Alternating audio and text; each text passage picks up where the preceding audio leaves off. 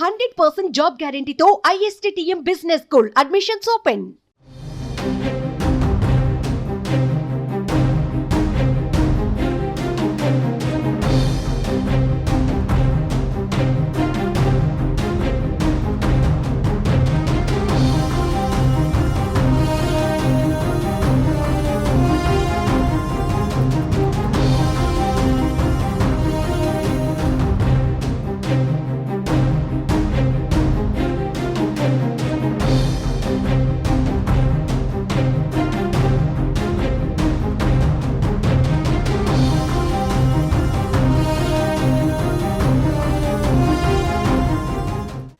BRS అధినేత మాజీ CM కేసీఆర్కు హైకోర్టులో ఊరట లభించింది. రైల్ రోకో కేసులో తదుపరి ఉత్తర్వులు వచ్చే వరకు విచారణపై హైకోర్టు స్టే విధించింది.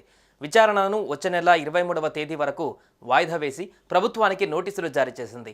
కౌంటర్ దాఖలు చేయాలని కోర్టు ఆదేశించింది. ఇక తాను నాటి రైలు రోకో కార్యక్రమంలో పాల్గొనలేదని కేసీఆర్ హైకోర్టును ఆశ్రయించారు.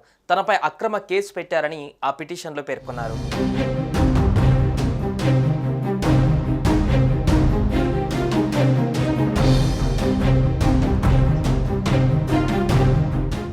స్వరాష్ట్ర సాధన ఉద్యమంలో భాగంగా 2011 అక్టోబర్ 15, 16, 17న రైలు రోకో కార్యక్రమానికి పిలుపునిచ్చామన్న అభియోగంతో ప్రజాప్రతినిధుల కోర్టులో ఈ కేసు నమోదైందని, ఎలాంటి ఆధారాలు లేకుండానే తనను నిందితుల జాబితాలో చేర్చారని కేసీఆర్ పిటిషన్లో పేర్కొన్నారు.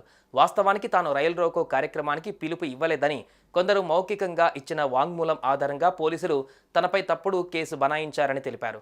అప్పట్లో మౌలాలిలో రైలు రోకో కార్యక్రమంలో పాల్గొన్న ఉద్యమకారులందరినీ షరతులతో కోర్టు విడిచిపెట్టిందని, ఈ కేసు నమోదైన 3 ఏళ్లకు తెలంగాణ రాష్ట్రం ఆవిర్భవించిందని కేసీఆర్ గుర్తు చేస్తూ తనపై నమోదైన తప్పుడు కేసును కొట్టివేయాలని కోరారు.